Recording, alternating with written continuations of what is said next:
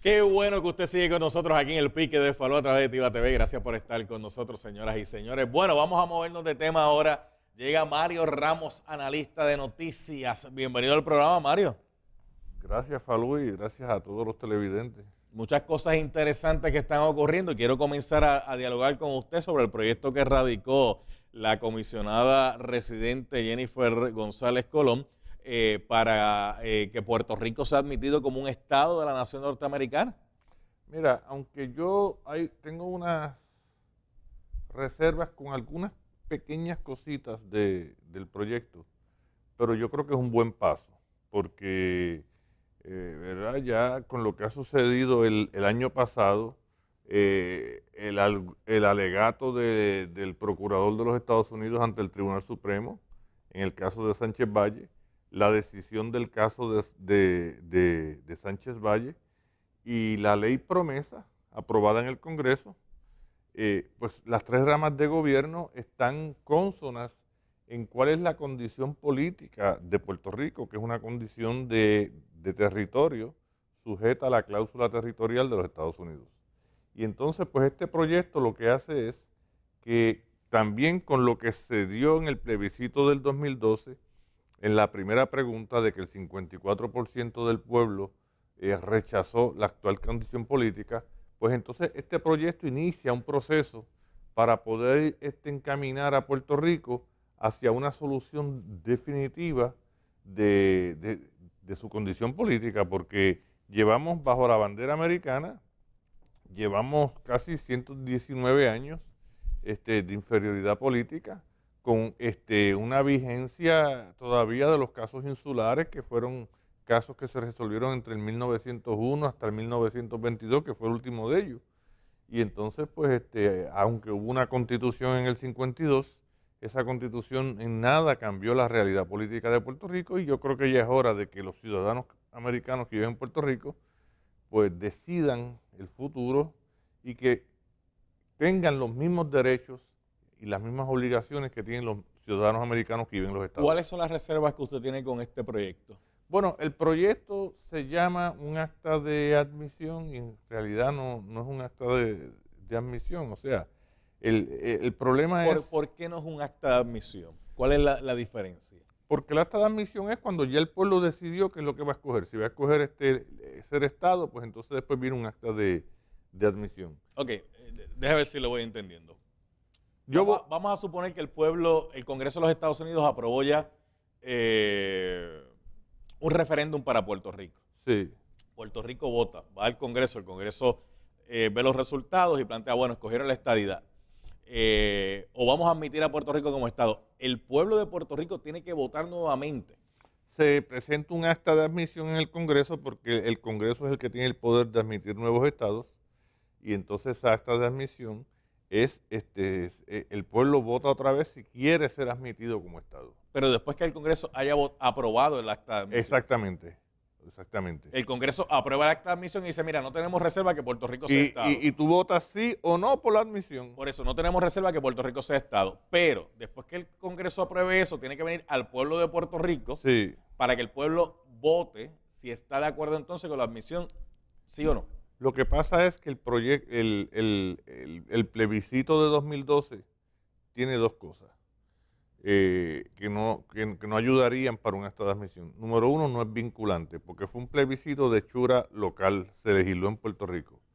Y número dos, la segunda pregunta de ese plebiscito, aunque la primera pregunta tiene una carga moral enorme, y es que el 54% del pueblo rechaza la actual condición política, la segunda pregunta, aunque ganó la estadidad, pero hay una controversia con los porcientos.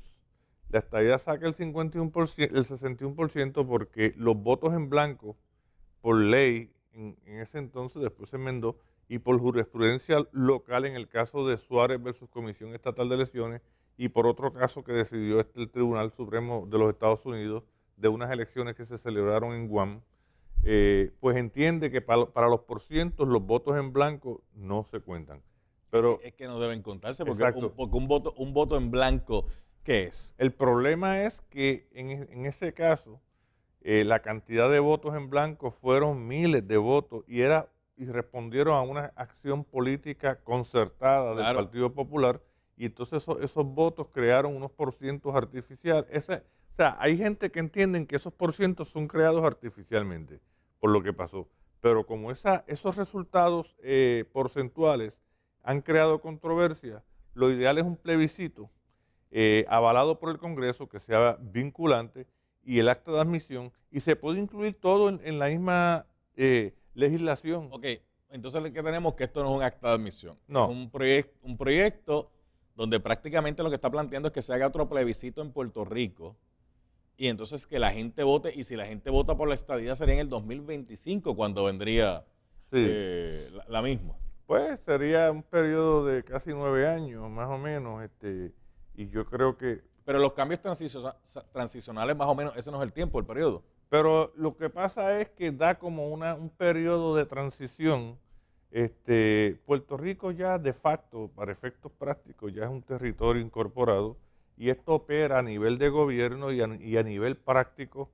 Puerto Rico opera como un Estado. Lo único que Puerto Rico no tiene los poderes de un Estado.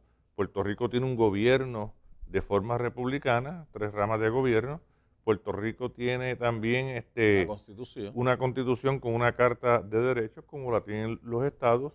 Puerto Rico elige funcionarios a la legislatura, elige alcaldes como se hace en los estados, y la única diferencia es que no tiene los poderes de un estado. Pues entonces, para efectos prácticos, Puerto Rico es como si fuera un territorio incorporado, y opera como un estado. En ese sentido, por eso es que aquí no se habla mucho, ¿verdad?, cuando se está hablando del cambio de estatus, de una asamblea constitucional, porque un territorio que obviamente no tiene una constitución y se quiere convertir en estado, si lo fueran a admitir, tendría que haber una asamblea constitucional para que prepare la constitución, prepare sus leyes, para que tenga un gobierno republicano. Lo que pasa es que cuando un territorio vota por la estadidad, y el Congreso va a aceptar ese territorio como estado, se aprueban 2 legislaciones. Se aprueba el acta de admisión, pero también primero se aprueba una ley habilitadora.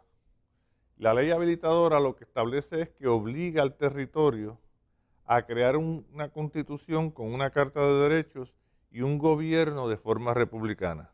¿Qué pasa? En el caso de Puerto Rico... Que ese paso ya lo tendríamos avanzado ya, porque se hizo en el 52. Exacto, que de hecho Rafael Hernández Colón ha reconocido que lo que se dio en el 52 es análogo también a un acta de habilitadora para cuando el territorio se va a convertir en Estado. De hecho, habían 2 teorías sobre lo que sucedió en el 52. La de Rafael Hernández Colón, que se creó un estatus nuevo, teoría que yo creo que queda derrotada con el caso de Sánchez Valle, y la otra teoría del juez Efraín Rivera, ya fallecido, que lo que se creó es lo que él llamaba el estado embrionario, que ahí lo que se dio en el 52 fue un estado de los Estados Unidos en embrión, ya a punto de en cualquier momento nacer, y que Puerto Rico se convierte en otro estado de la Unión.